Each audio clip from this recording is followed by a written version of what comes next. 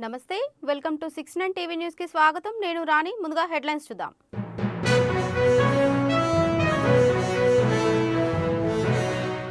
కాంగ్రెస్ ప్రాంతీయ పార్టీలపైనే ఆధారపడింది రేవంత్ రెడ్డి ప్రభుత్వం అన్ని వర్గాలను మోసం చేస్తోందన్న జేపీ నడ్డా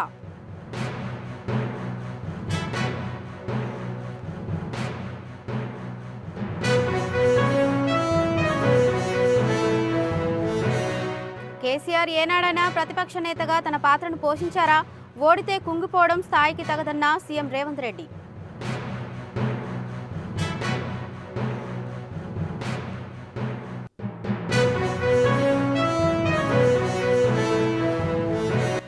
గంజాయి ముఠాను అరెస్టు చేసిన షామీర్పేట పోలీసులు నిందితుల వద్ద నుండి 26 కిలోల గంజాయి ఒక కారు స్వాధీనం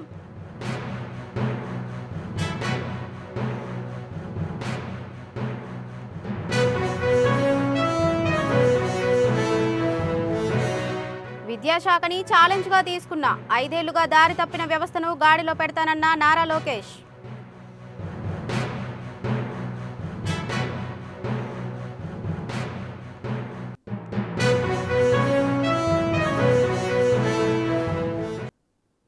దేశంలో ఎక్కడ చూసినా కాంగ్రెస్ ప్రాంతీయ పార్టీలపైనే ఆధారపడిందని బీజేపీతో నేరుగా తలపడినా ఏ రాష్ట్రంలో కూడా గెలవలేదని బీజేపీ జాతీయ అధ్యక్షుడు జేపీ నడ్డా అన్నారు హైదరాబాద్లోని సరూర్ నగర్లో నిర్వహించిన బీజేపీ బహిరంగ సభలో ఆయన ప్రసంగించారు ఈ సందర్భంగా మాట్లాడుతూ తెలంగాణలో మార్పు బీజేపీతోనే సాధ్యమన్నారు దేశంలోని 13 రాష్ట్రాల్లో బీజేపీ 6 రాష్ట్రాల్లో ఎన్డీఏ కూటమి అధికారంలో ఉందని తెలిపారు జమ్మూ కాశ్మీర్లో సింగిల్గా అత్యధిక సీట్లతో విపక్షంలో ఉన్నట్లు చెప్పారు మహారాష్ట్రలో అధికారంలోకి వచ్చామని తదుపరి ఎన్నికల్లో తెలంగాణలోనూ విజయం సాధిస్తామని ధీమా వ్యక్తం చేశారు తెలంగాణలో అధికారంలోకి వచ్చిన కాంగ్రెస్ ఇచ్చిన హామీలను అమలు చేయకుండా మోసం చేస్తోందని విమర్శించారు రేవంత్ రెడ్డి ప్రభుత్వం ఏడాది పాలనలో అన్ని వర్గాలను మోసం చేస్తోందన్నారు ఎన్నికల సమయంలో మాయమాటలు చెప్పి కాంగ్రెస్ అధికారంలోకి వచ్చిందన్నారు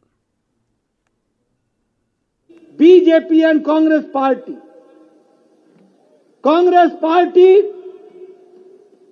आपका उपभोग करती है कांग्रेस पार्टी सत्ता का उपभोग करती है और भारतीय जनता पार्टी सत्ता का लोगों को सुख देने के लिए उपयोग करती है इस बात को हमको समझना चाहिए वी आर देयर हम आपके विकास के लिए हैं वो सत्ता में आकर के मौज बनाने के लिए हैं और इसीलिए हम गौरव के साथ ये कह सकते हैं कि ये भारतीय जनता पार्टी ही है जिसके 60 साल बाद कोई व्यक्ति लगातार तीसरी बार देश का प्रधानमंत्री बना है तो वो प्रधानमंत्री नरेंद्र मोदी जी बने हैं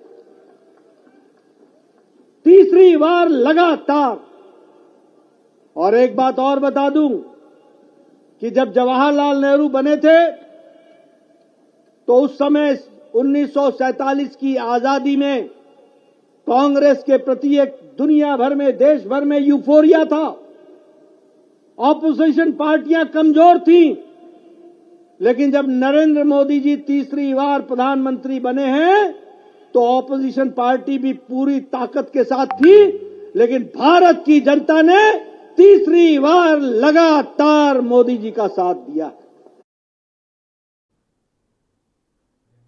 ఈ ఏడాది కాలంలో కేసీఆర్ ఏనాడైనా ప్రతిపక్ష నేతగా తన పాత్రను పోషించారా బీఆర్ఎస్ హయాంలో తమ ఎమ్మెల్యేలను లాక్కుంటే వెనుకడుగు వేయకుండా పోరాడామని తెలంగాణ సీఎం రేవంత్ రెడ్డి అన్నారు గెలిస్తే ఉప్పొంగిపోవడం ఓడితో కుంగిపోవడం కేసీఆర్ స్థాయికి తగదన్నారు తాను గతంలో ఎమ్మెల్యేగా ఓడిపోయినప్పటికీ ప్రజల్లోనే ఉండి ఎంపీగా గెలిచానన్నారు కానీ కేసీఆర్ ఒక్కసారి ఓడిపోతే కుంగిపోయి ఫామ్ హౌస్లోకి వెళ్లారని ఎద్దేవా చేశారు నల్గొండలో నిర్వహించిన కాంగ్రెస్ విజయోత్సవ సభలో ఆయన మాట్లాడారు కేసీఆర్ గాలి బ్యాచ్ను తమ పైకి వదిలి వెళ్లారని మండిపడ్డారు ప్రభుత్వం ఏ అభివృద్ధి కార్యక్రమం చేపట్టినా వద్దంటున్నారని అలా చేస్తే తెలంగాణ ముందు ఎలా వెళుతుందని ప్రశ్నించారు మీరు అధికారంలో ఉంటే చెలాయిస్తాం ఓడిపోతే ఫామ్ హౌస్ లో పడుకుంటామనే విధానము ఇది మంచిది కాదు మీకు మీ అనుభవానికి మీ హోదాకు ఈ రోజు నేను సూటిగా వారిని ఒకటే మాట అడుగుతున్నా మేమందరం ఎన్నికల్లో పోటీ చేయలేదా ఓడినా గెలిచినా ప్రజల్లో ఉండలేదా ఒక్కసారి కాదు 2 సార్లు మీరు గెలిచినారు, మేము ఓడినాం.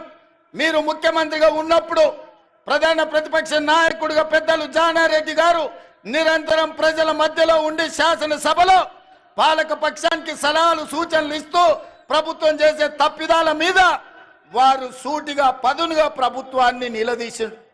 అదే విధంగా మిత్రుడు బట్టి విక్రమార్క గారు మరొక 5 సంవత్సరాలు సిఎల్పి నాయకుడిగా మా ఎమ్మెల్యేలను మీరు గుంజుకున్నా ముక్కవని ధైర్యంతో సిఎల్పి హోదాను మీరు తొలగించినా ఏ రోజు అధైర్య పడలేదు.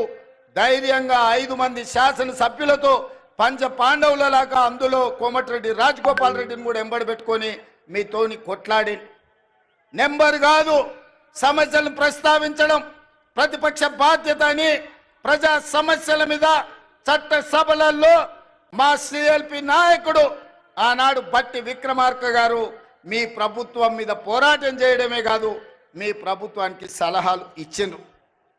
మరి ఈరోజు నేను చంద్రశేఖరరావు గారిని అడుగుతున్నా, సంవత్సరం పూర్తి అయింది. మీరు ఎప్పుడైనా మీ ప్రతిపక్ష నాయకుడి పాత్ర పోషించిండ్రా? మీరు శాసనసభకు వచ్చిండ్రా? మీ అనుభవాన్ని ఎమ్మెల్యేగా, రాష్ట్ర మంత్రిగా, పార్లమెంట్ సభ్యుడిగా, కేంద్ర మంత్రిగా, తెలంగాణ రాష్ట్ర సమితి అధ్యక్షుడిగా, తెలంగాణ రాష్ట్ర ముఖ్యమంత్రి 10 సంవత్సరాలుగా మీకున్న అనుభవాన్ని, మీ వయసును తెలంగాణ ప్రజల కోసం ఏ ఒక్క రోజైనా వినియోగించిండ్రా? మీరు ఆలోచన చేయండి, ఆత్మ పరిశీలన చేసుకోండి. చంద్రశేఖర్ రావు గారు ఇంత అనుభవాన్ని 40 సంవత్సరాల ప్రజా జీవితంలో 4 కోట్ల ప్రజలు మీకు అండగా నిలబడి మిమ్మల్ని మోస్తే ఈరోజు ప్రతిపక్ష పాత్ర శాసనసభలో ప్రతిపక్ష కుర్చీ ఖాళీగా ఉండడం ఈ తెలంగాణ సమాజానికి ఏమి సమాధానం చెప్తారు మీరు అని అడుగుతున్నా. ఇవాళ మీరు నేను ఒకటే సూచన చేయదలుచుకున్నా, గెలిస్తే ఉప్పొంగిపోవడం, ఓడిపోతే కుంగిపోవడం, కుంగిపోయి ఫామ్ హౌస్లో పడిపోవడం మీ స్థాయికి మీ గౌరవానికి తగ్గదు. నడ్డా వచ్చిందంటే ఎక్కడి నుంచో, అయ్యా నడ్డా గారు మీరు మా అడ్డ మీదకి వచ్చారు, అడ్డగోలుగా మీరు మాట్లాడకండి. నేను సూటిగా నడ్డా గారిని కాదు కానీ మోడీ గారిని అడుగుతున్నా. నీ గుజరాత్ రాష్ట్రంలో 14 ఏళ్ళు మీరు ముఖ్యమంత్రిగా ఉన్నారు, 11 ఏళ్ళు ప్రధానమంత్రిగా ఉన్నారు. 25 సంవత్సరాలల్లా నరేంద్ర మోడీ గారి పార్టీ అయిన భారతీయ జనతా పార్టీ అధికారంలో ఉన్న రాష్ట్రం ఉత్తరప్రదేశ్, మధ్యప్రదేశ్, రాజస్థాన్, బీహారా, లేకపోతే ఛత్తీస్గఢ, జార్ఖండ్, కర్ణాటకనా, మహారాష్ట్రనా, ఏ రాష్ట్రమైన సవాల్ విసురుతున్న నరేంద్ర మోడీ గారు మీ రాష్ట్ర ప్రభుత్వాలు ఉన్న దగ్గర ఒక్క సంవత్సరంలో 55,000 ఉద్యోగాలు ఇస్తే మీరు లెక్క చూపించండి. ఢిల్లీ నడి బజార్లో మీకు క్షమాపణ చెప్పి తల వంచుకొని నేను వస్తా, లేకపోతే నా లెక్క అప్ప చెప్తా. నీ పార్టీ నీ నాయకులను నువ్వు తెలంగాణ రాష్ట్రాన్ని మా ప్రభుత్వాన్ని అభినందించు. అప్పుడే ఈ దేశ ప్రధానమంత్రిగా మీ గౌరవం పెరుగుతుంది. ఏది పడితే అది మాట్లాడితే, ఎట్లా పడితే అట్లా మాట్లాడితే చెల్లదు. నడ్డా గారు మీరు కూడా కేసీఆర్ లాగా తయారు కాకండి. కేసీఆర్ మాట్లాడి బీఆర్ఎస్ వాళ్ళు మాట్లాడిన ప్రెస్ మీట్ల కాగితాలు తీసుకెళ్లి ఈ రోజు ఈటల రాజేందర్, కిషన్ రెడ్డి గారు అవే నకలు కొడుతురు. పెద్దోళ్ళు చెప్పారు నకలు మారనేకే లియే భీ కుచ్ అకల్ రహనా చాహియే అని. అందుకే కిషన్ రెడ్డికి ఈటల రాజేందర్కి నేను చెప్తున్నా, మీరు మారుండయ్యా, మీరు ఆలోచన చేయండి. ఆ దొంగల సోపతి పట్టిర్రంటే మీరు కూడా దొంగల బండి ఎక్కుతారు, మీరు కూడా అటే పోతారు. ఈ దొంగల బండితో మీరు చేరిందంటే అంతో ఇంతో మీకున్న గౌరవం కూడా లేకుండా పోతుంది. అందుకే ఇవాళ నేను ఒక మాట చెప్పదలుచుకున్నా, రైతు రుణమాఫీ మొదటి సంవత్సరంలో 25,50,000 మంది రైతులకు 21,000 కోట్ల రూపాయలు 2 లక్షల వరకు వాళ్ళ ఖాతాకి. తెలంగాణ పర్యాటక శాఖ అధికారులు సీఎం రేవంత్ రెడ్డితో సమావేశమయ్యారు. తెలంగాణ టూరిజం పాలసీపై చర్చించారు. ఈ సమావేశానికి మంత్రి జూపల్లి కృష్ణారావు, ముఖ్యమంత్రి సలహాదారు Vem Narender Reddy, tourism corporation chairman Patel Ramesh Reddy, tourism శాఖ కార్యదర్శి Smita Sabharwal, CMO OSD Vemula Srinivasulu, CM special secretary Ajit Reddy హాజరయ్యారు.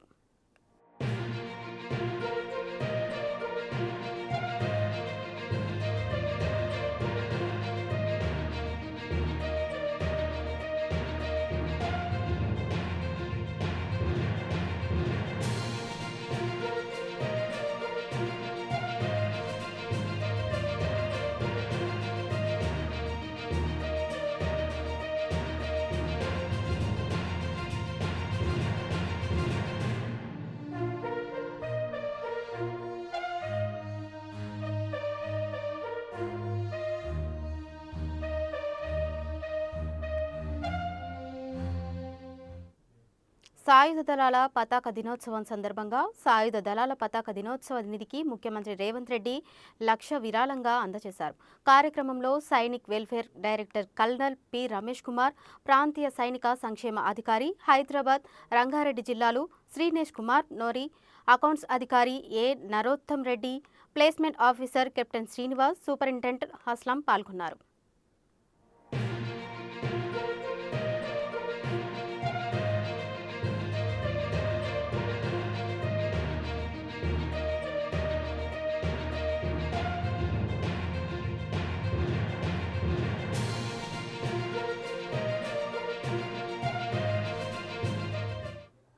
పహాడీ షరీఫ్ పండ్ల మార్కెట్లోని పండ్ల విక్రయదారులు రేపటి నుండి మార్కెట్ను తెరవాలని నిర్ణయించుకున్నారు. అక్టోబర్ 7, 2021న అసెంబ్లీలో అక్బరుద్దీన్ ఓవైసీ పహాడీ షరీఫ్లోని పండ్ల మార్కెట్ అభివృద్ధి గురించి మాట్లాడారని వారు తెలిపారు. మార్కెట్ను తెరవడానికి గెజెట్ కాపీలను కలిగి ఉన్న విక్రేతలకు కూడా ప్రొసీడింగ్ వచ్చిందని చెప్పారు. ఎంపీ అసదుద్దీన్ ఓవైసీ, అక్బరుద్దీన్ ఓవైసీలతో పాటు వ్యవసాయ మార్కెటింగ్ శాఖ ప్రిన్సిపల్ సెక్రటరీ రఘునందన్లకు ప్రత్యేక కృతజ్ఞతలు తెలిపారు.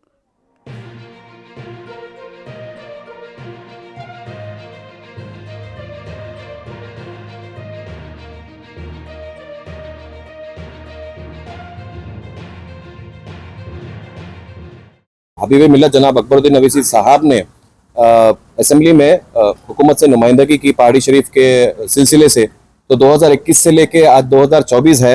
आज ये मार्केट के लिए जियो भी पास हो गया है और गैजेट भी निकल चुका है और वक्फ बोर्ड से भी जो है हमको प्रोसीडिंग कॉपी मिल गई है। ये आप देख सकते हैं हमारे पास गैजेट कॉपी है ये मार्केट को जो है ना शुरू कराने के लिए।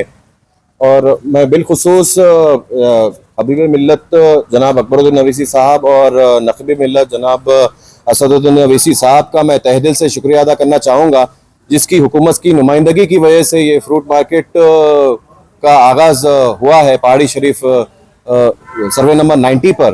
अब नक़ीब मिल्लत जनाब असदुद्दीन ओवैसी साहब और हबीब मिल्लत जनाब अकबरुद्दीन ओवैसी साहब का मैं तहे दिल से शुक्रिया अदा करना चाहूँगा कि हमारी बेबाकी के साथ हमारी असेंबली में जो है आवाज रखी गई, हमारे लिए सोचा गया असेंबली में, मगर फिर भी हुकूमत से ये जियो पास को रेट मिलना चाहिए वो नहीं मिल सक रहा है। तो मेरी हुकूमत से फिर और IAS ऑफिसर का भी मैं शुक्रिया अदा करूंगा, रघुनंदन राव साहब का भी, principal secretary agriculture marketing department, उनका भी शुक्रिया अदा करना चाहूंगा।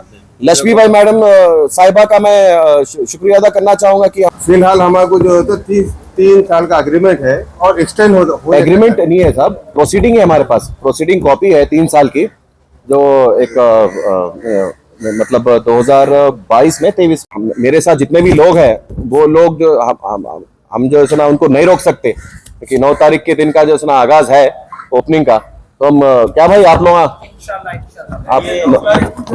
हाँ वही 9 तारीख के दिन जो है ना, क्योंकि ये हमारे पास जियो की कॉपी है, जियो 39, ये कॉपी को चैलेंज किया गया कोर्ट में। इसके ఇతర రాష్ట్రాల నుండి తక్కువ ధరలో గంజాయిని కొనుగోలు చేసి ఎక్కువ ధరకు విక్రయిస్తున్న గంజాయి ముఠాను హైదరాబాద్ షామీర్పేట పోలీసులు అరెస్టు చేశారు. షామీర్పేట పోలీసులకు వచ్చిన విశ్వసనీయ సమాచారం మేరకు మేడ్చల్ జిల్లా షామీర్పేట మండలం మజిద్పూర్ గ్రామంలోని బావర్చి ఎదురుగా ఉన్న ఓపెన్ వెంచర్ వద్ద గంజాయిని సరఫరా చేస్తున్న 7 నిందితులను అదుపులోకి తీసుకున్నామని మేడ్ బషీరాబాద్ ఏసీపీ రాములు తెలిపారు. వారి వద్ద నుండి 26 కిలోల గంజాయి, 1 కారు, 2 ద్విచక్ర వాహనాలు, 4 మొబైల్ ఫోన్లను స్వాధీనం చేసుకున్నామని, వీటి విలువ మొత్తం దాదాపు 15 లక్షల వరకు ఉంటుందని ఏసీపీ రాములు తెలిపారు. చిన్న క్వాంటిటీలో దొరుకుతుంది వాడికి, నాకు పెద్ద క్వాంటిటీ కావాలంటే ఎక్కడ దొరుకుతుంది అని చెప్పేసి అంటే అక్కడ జైల్లో అతనికి నయన్ దాస్ పేరు చెప్పాడు. ఆయన నీకు పెద్ద మొత్తంలో ఇస్తామని చెప్పేసి అంటే వాళ్ళు బయటకు వచ్చిన తర్వాత నయన్ సింగ్ తోటి మాట్లాడడం, నయన్ దాస్ తోటి మాట్లాడడం, అక్కడ నుంచి ఇవన్నీ దాంట్లో తీసుకుని వచ్చేసి ఇక్కడ అమ్ముకొని, ఇది కూడా డైరెక్ట్ దూల్పేటలో ఎక్కువ జరిగేది. ఇప్పుడు దూల్పేట కాకుండా వీళ్ళు వేరే బయట అవుట్స్కట్లో చేయడానికే చూస్తున్నారు. అవన్నీ ఈ పెద్ద మొత్తం ఉన్నదాన్ని చిన్న ప్యాకెట్లు చేసేసి డిస్పోజ్ చేయడానికి చూస్తున్నారు. ఇతనికైతే పాత నేరంతో సంబంధాలు ఉన్నాయి. దీంట్లో 4 సెల్ ఫోన్లు, 3 వెహికల్స్, 2 టూ వీలర్స్, ఒక పైగా ఓటీపీ కార్ ఒకటి, మొత్తం 3 వెహికల్స్. ఈ వెహికల్స్ ఇది పట్టేసి చూస్తే టోటల్ 15,50,000 పడుతుంది. అప్స్కానింగ్ ఇవ్వలేదు, మొత్తం నేరస్తులంతా సెట్ దొరికిందని డిమాండ్ చేసి వాళ్ళకి శిక్ష పడడానికి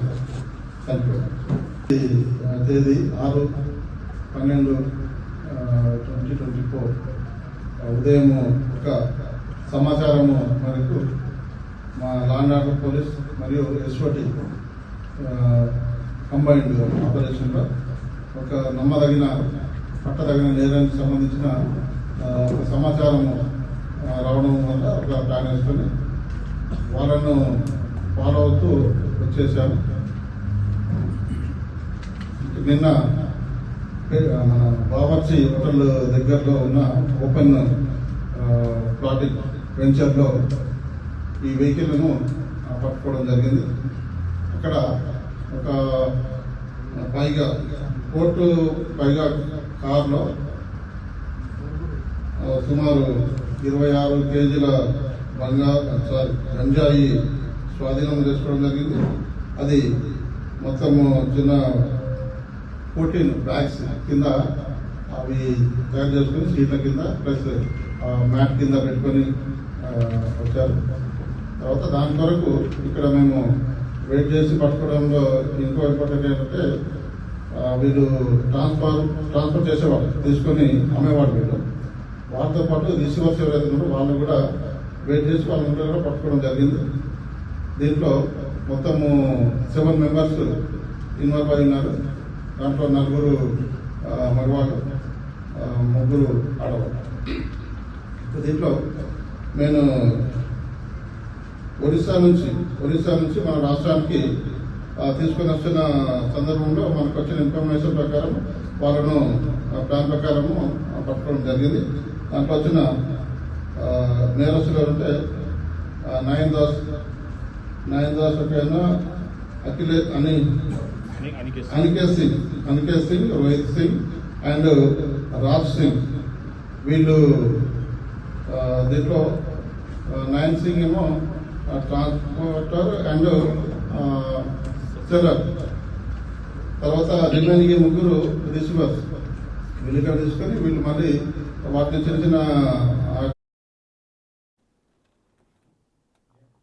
విద్యాశాఖని ఒక ఛాలెంజ్గా తీసుకున్నానని నారా లోకేష్ అన్నారు. ఏపీలోని బాపట్లలో నిర్వహించిన మెగా పేరెంట్ టీచర్ మీటింగ్లో ఆయన పాల్గొని మాట్లాడారు. గత 5 ఏళ్లుగా దారి తప్పిన విద్యా వ్యవస్థను గాడిలో పెట్టాలని సీఎం చంద్రబాబు నన్ను ఆదేశించారని, ఎందుకు విద్యాశాఖ తీసుకున్నామని నన్ను చాలా మంది అడిగారన్నారు. ఈ శాఖకు తన అవసరం చాలా ఉందని, ఒక ఛాలెంజ్గా తీసుకుని విద్యా వ్యవస్థను సెట్ చేయాలని అప్పుడే నిర్ణయించుకున్నానని లోకేష్ చెప్పారు. చంద్రబాబు నాయుడు గారు విద్య పైన చాలా ఫోకస్ పెట్టారు.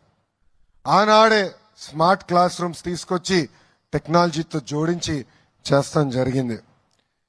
విద్యా వ్యవస్థని గత 5 సంవత్సరాలు దారి తప్పిన విద్యా వ్యవస్థని గాడిలో పెట్టాలన్న బాధ్యత నాకు గౌరవ ముఖ్యమంత్రి గారు ఇచ్చారు.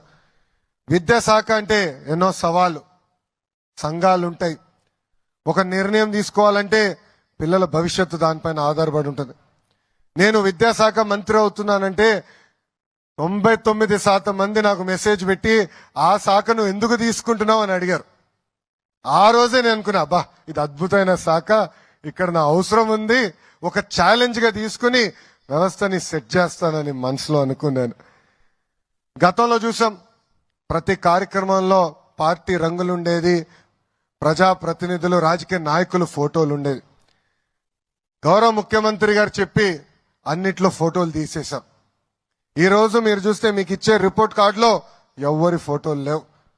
రాబోయే సంవత్సరం ఇచ్చే పుస్తకాల్లో రాజకీయ నాయకుల ఫోటోలు ఉండవు, పార్టీ రంగులు ఉండవు. అంతేకాదు, పాఠశాలలో ఏమైనా సంక్షేమ కార్యక్రమాలు చేయాలంటే పెద్దల పేరు పెడతాం జరిగింది. దాంట్లో భాగంగా డాక్టర్ సర్వేపల్లి రాధాకృష్ణ గారి పేరుతో స్టూడెంట్ కిట్లు ఇస్తున్నాం. ఇంకో పక్కన డొక్క సీతమ్మ గారి పేరుతో మధ్యాహ్న భోజనం కూడా మన ప్రభుత్వం ఈరోజు అందిస్తుంది. ఇంకా మన ప్రభుత్వం కూడా ఒక నిర్ణయం తీసుకుంది, ఉపాధ్యాయులు చదువులు చెప్పాలి, అది వాళ్ళకున్న ఏకైక బాధ్యత. అంతేగాని మరుగుదొడ్లు ఫోటోలు తీస్తాం, భోజనాల దగ్గర ఫోటో తీస్తాం, ఇవన్నీ ఆపేసేమని నేను ఇప్పటికీ అధికారులు కూడా ఆదేశాలు జారీ చేస్తాం జరిగింది. అంతేకాదు మన ప్రభుత్వం ఏర్పడిన వెంటనే 16,300 ఉపాధ్యాయుల పోస్టులు భర్తీ చేసానికి మెగా డిఎస్సి కూడా ప్రకటించాం. వచ్చే 6 నెలల్లో ఆ ప్రక్రియ కూడా పూర్తి చేస్తాము. ఉపాధ్యాయుల పిల్లలకు అందించే బాధ్యత కూడా మన ప్రభుత్వం తీసుకుంటుందని.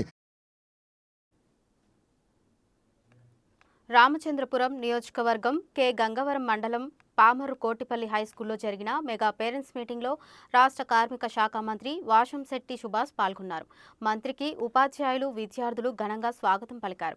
ఈ సందర్భంగా మంత్రి మాట్లాడుతూ విద్యార్థుల ఉజ్వల భవిష్యత్ ఉపాధ్యాయులపైనే ఉందని, పిల్లలను తల్లిదండ్రులు వెనకేసుకు రావద్దని, అలా చేస్తే విద్యార్థులకు ఉపాధ్యాయుడు అనే భయం పోతుందన్నారు. ఎక్కడైనా ఉపాధ్యాయులలో లోపాలు ఉంటే తన దృష్టికి గాని, ఉన్నతాధికారుల దృష్టికి గాని తీసుకెళ్లాలని సూచించారు. ఈరోజు పేరెంట్స్ మీటింగ్ జరుగుతూ ఉంది. దీని ముఖ్య ఉద్దేశం ఒకటే, పిల్లల తల్లిదండ్రులకున్న ఇబ్బందులు ఏవైతే ఉన్నాయో అక్కడ పొందుపరచడం, అలాగే ఈ చిన్నపిల్లలు కొంతమంది ఈ సిగరెట్లకు కానీ ఈ గంజాయికి కానీ అలవాటు పడటం, మరి వాటి నుంచి దూరం చేయాలి. మీకు ఏమైనా తెలిస్తే మాకు చెప్పండి, మాకు ఏదైతే ఉపాధ్యాయులు ఉన్నారో వాళ్ళకి తెలిస్తే జాగ్రత్త పెట్టుకోమని చెప్పే ఉద్దేశం. అదేవిధంగా ఎవరైతే పిల్లలు ఉన్నారో 8 సంవత్సరాలు దాటిన 8వ తరగతి 9, 10 అలాగే ఇంటర్ చదువుతున్న పిల్లల్ని పూర్తిగా మన పర్యవేక్షణలో ఉంచుకోవాలి. ఏదైతే గతంలో ఐప్యాడ్లు ఇచ్చారో వాటిల్లో ముఖ్యంగా వాట్సాప్లు కానీ ఈ యొక్క కాలింగ్ ఆప్షన్ కానీ లాక్లు ఓపెన్ చేయించేసి మరి వాడుతూ ఉన్నారో ఈ ముఖ్యంగా ఉపాధ్యాయులు, తల్లిదండ్రులు కూడా గమనించవలసిన పరిస్థితి, గమనించి తగు జాగ్రత్తలు తీసుకోవాల్సిన పరిస్థితి. అలాగే ఎక్కడైతే అక్కడ స్కూళ్ళు బయట ఆకతాయిలు కొంతమంది తిరగటం, మరి తెలియని వయసుల్లో వీళ్ళకి ఫోన్ నెంబర్లు ఇచ్చి రకరకాల విన్యాసాలు చేస్తూ ఉన్నారు. వాళ్ళందరికీ కూడా ఏదైతే సచివాలయం పోలీసులు ఉన్నారో వాళ్ళందరినీ ఇక్కడికి పెట్టడం జరిగింది. ఆడపిల్లలు ఉన్న ముఖ్యంగా పుష్పదైన పైబడిన ఆడపిల్లలు ఉన్న స్కూళ్ళు కానీ కాలేజీల దగ్గర కానీ పెట్టడం జరిగింది. అవి పూర్తిగా వాళ్ళ పర్యవేక్షణలో ఉంటుంది. ఎవరన్నా ఆకతాయిలు ఇక్కడికి గత్తర చేసి లేకపోతే అమ్మాయిల్ని మాయమాటలతో లోపరుచుకుందామని చూసే వాళ్ళ మీద తీవ్రమైన పరిణామాలు, తీవ్రమైన శిక్షలకి గురవుతారని మాత్రం మేము తెలియజేస్తూ ఉన్నాం. అదేవిధంగా ఏదైతే ఇప్పుడు ఈ ప్రోగ్రెస్ కార్డులు ఇస్తున్నారో మరి ఇప్పుడు వాళ్ళ ఆరోగ్య పరిస్థితులు కూడా, పిల్లల ఆరోగ్య పరిస్థితి కూడా పొందుపరుస్తున్నారు. మరి పుష్పతైన పిల్లలకి పూర్తిగా రక్తహీనత అనేది చాలామందిలో కనిపిస్తూ ఉంటుంది. కాబట్టి ఇటు తల్లిదండ్రులు ఇటు ఉపాధ్యాయులు కూడా జాగ్రత్త పడతారు. కాబట్టి వాళ్ళకి రక్తాన్ని పెంపొందించే విధంగా కొన్ని మెనూ కూడా అతి త్వరలో జనవరి నుంచి మార్చడం కూడా జరుగుతుంది. కాబట్టి ఇటు పిల్లల అటెండెన్స్ కూడా అంతే ముఖ్యం. తల్లిదండ్రులు జాగ్రత్త వహించాలి. ఇటు ఉపాధ్యాయులు కూడా మీకు ఇంటిమేట్ చేస్తూ ఉంటారు, ఏదైనా హాజరు కాకపోతూ ఉంటాయి. మరి ఇవన్నీ జాగ్రత్తలు తీసుకుని ఈ జనరేషన్ మారే కొద్దీ ఈ కొద్ది ఇబ్బందికరమైన పరిస్థితులు బయట నుంచి వస్తూ ఉన్నాయి. కాబట్టి ఆకతాయిల నుంచి అలాగే ఈ గంజాయికి లోపడుతూ ఉన్నారు. కాబట్టి మన పిల్లలు మనం జాగ్రత్త పెట్టుకోవటం చాలా ముఖ్యమైన విషయం అని చెప్పేసి చెప్తా ఉన్నాం. ఏదేమన్నప్పటికీ ఇలాంటి ఇది హిస్టారికల్ డే, ఎందుకంటే మొత్తం పేరెంట్స్తో కూర్చుని ఒక అవేర్నెస్ తీసుకురావటం పిల్లల గురించి, వాళ్ళకి ఏమైనా బాధలు ఏమైనా ఉంటే ఉపాధ్యాయులు చెప్పడం, ఉపాధ్యాయులు పిల్లలు ఏమైనా తప్పు చేస్తుంటే అది చెప్పడం, కానీ పిల్లల భవిష్యత్తు గురించి పెట్టిన ఈ కార్యక్రమం మరి ఇది ఒక రికార్డ్ అని చెప్పవచ్చు.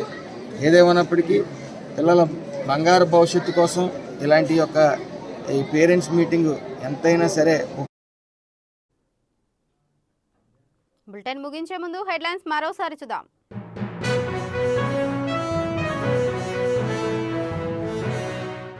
కాంగ్రెస్ ప్రాంతీయ పార్టీలపైనే ఆధారపడింది. రేవంత్ రెడ్డి ప్రభుత్వం అన్ని వర్గాలను మోసం చేస్తోందన్న జేపీ నడ్డా.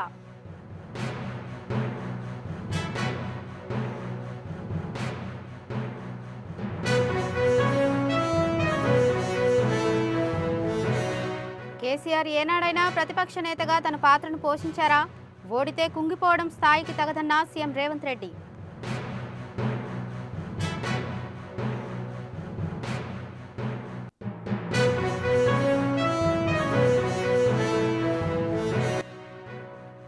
గంజాయి ముఠాను అరెస్టు చేసిన షామీర్పేట పోలీసులు. నిందితుల వద్ద నుండి 26 కిలోల గంజాయి, ఒక కారు స్వాధీనం.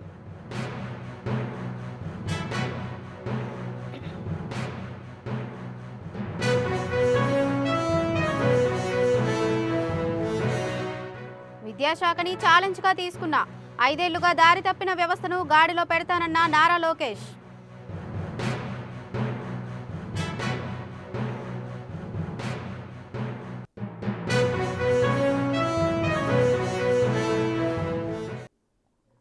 ఇవి ఇప్పటివరకు ఉన్న అప్డేట్స్. మరిన్ని అప్డేట్స్ కోసం చూస్తూనే ఉండండి 69 టీవీ న్యూస్.